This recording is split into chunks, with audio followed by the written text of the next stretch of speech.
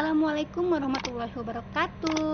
Hai semuanya, ketemu lagi di my YouTube channel Sipo. Selalu dukung ya YouTubeku agar aku selalu semangat untuk buat konten-konten yang baru dengan cara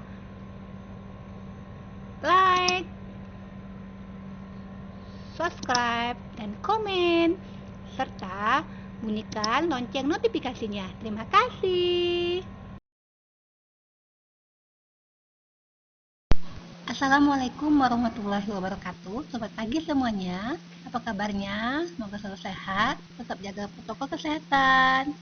Dan kita ketemu lagi di video pembelajaran untuk belajar IPS bersama Ibu Chelsea Ponestella.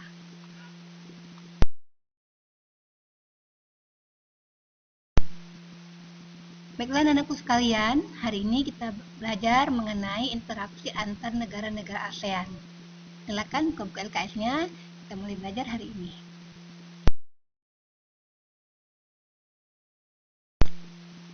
Yang pertama, sejarah ASEAN. Negara ASEAN didirikan di Kota Bangkok tanggal 8 Agustus 1967 melalui Deklarasi Bangkok.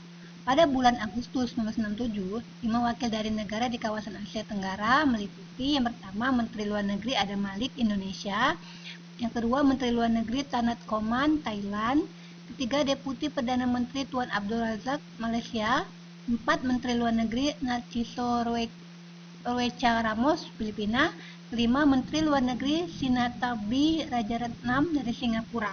Jadi 5 negara ini, 5 tokoh ini yang mendirikan negara ASEAN.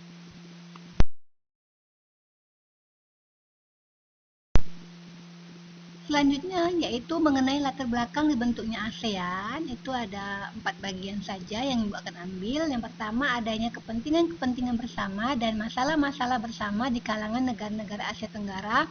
Kedua, adanya hasrat untuk membentuk suatu landasan yang teguh untuk kegiatan-kegiatan bersama. 3. Menyadari bahwa di dunia ini di mana saling ketergantungan antara negara yang satu dengan lainnya bertambah. 4.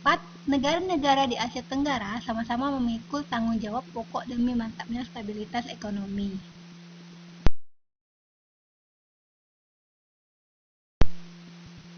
Oke, selanjutnya mengenai tujuan dari ASEAN, itu ada 5 bagian. Yang pertama, mempercepat pertumbuhan ekonomi, kemajuan sosial, dan perkembangan kebudayaan di kawasan negara-negara Asia Tenggara. Kedua, memelihara perdamaian dan stabilitas dengan menjunjung tinggi hukum dan hubungan antara negara-negara di Asia Tenggara. 3. Meningkatkan kerjasama yang aktif saling membantu dalam bidang ekonomi, sosial, budaya, teknologi, dan administrasi. 4. Saling memberikan bantuan dalam bidang fasilitas, latihan, dan penelitian pada bidang pendidikan, kejuruan, teknik, dan administrasi. Yang kelima, bekerja sama lebih efektif untuk mencapai daya guna lebih besar dalam bidang pertanian, industri, dan perkembangan perdagangan termasuk studi dalam hal perdagangan komoditas internasional.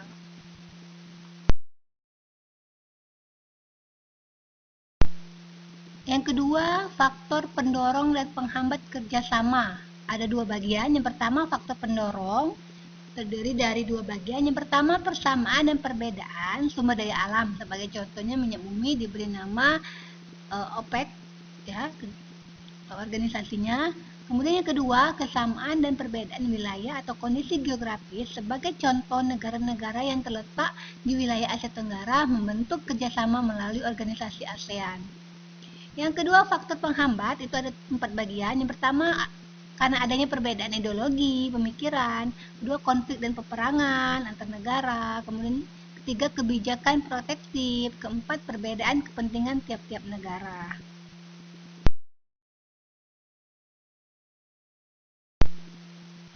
Selanjutnya mengenai isi deklarasi Bangkok ada 5 bagian. Yang pertama, mempercepat pertumbuhan ekonomi, kemajuan sosial, dan perkembangan kebudayaan di kawasan Asia Tenggara.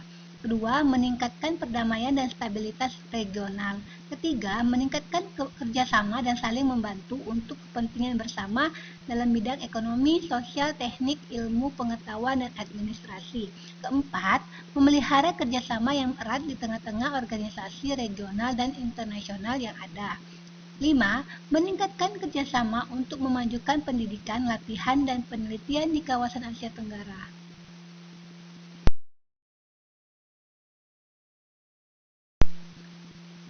Selanjutnya mengenai prinsip-prinsip utama ASEAN, ada 6 bagian. Yang pertama, menghormati kemerdekaan, kedaulatan, kesamaan, integrasi wilayah nasional, dan identitas nasional setiap negara. Kedua, hak untuk setiap negara untuk memimpin kehadiran nasional bebas daripada campur tangan, subversif, atau koersi pihak luar.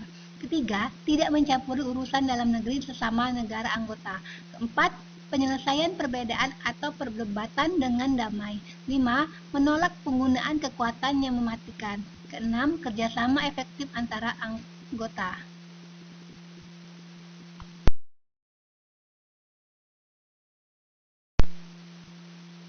Oke, mengenai keanggotaan ASEAN itu sekarang sudah 11 negara ya. Pendirinya ada 5 negara dan dilanjutkan 6 negara lagi menjadi anggota ASEAN.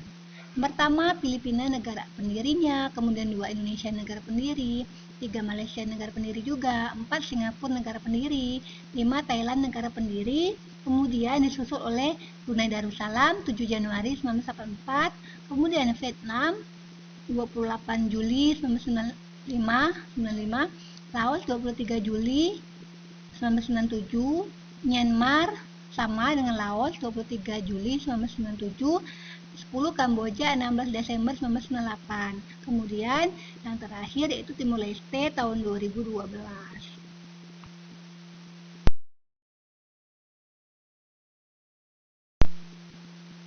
Baiklah anakku sekalian, sebelum Ibu mengakhiri pertemuan kita hari ini, ada tugas untuk kalian. Silakan dibaca dan dicerna dan dipahami apa maksud dari tugas ini.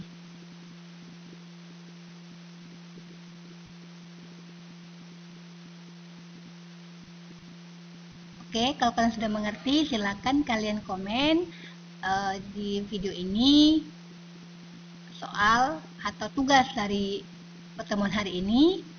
Kemudian jangan lupa untuk selalu like, comment, and subscribe, dan juga absen di komen kalian. Kemudian memberikan jawabannya dan tulis nama kalian dan kelas kalian. Terima kasih.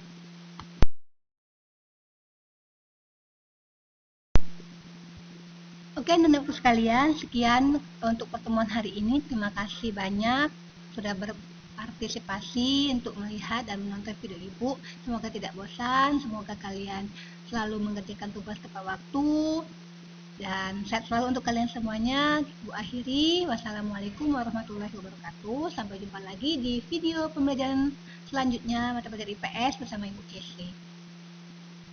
Sampai jumpa dan dadah, bye-bye.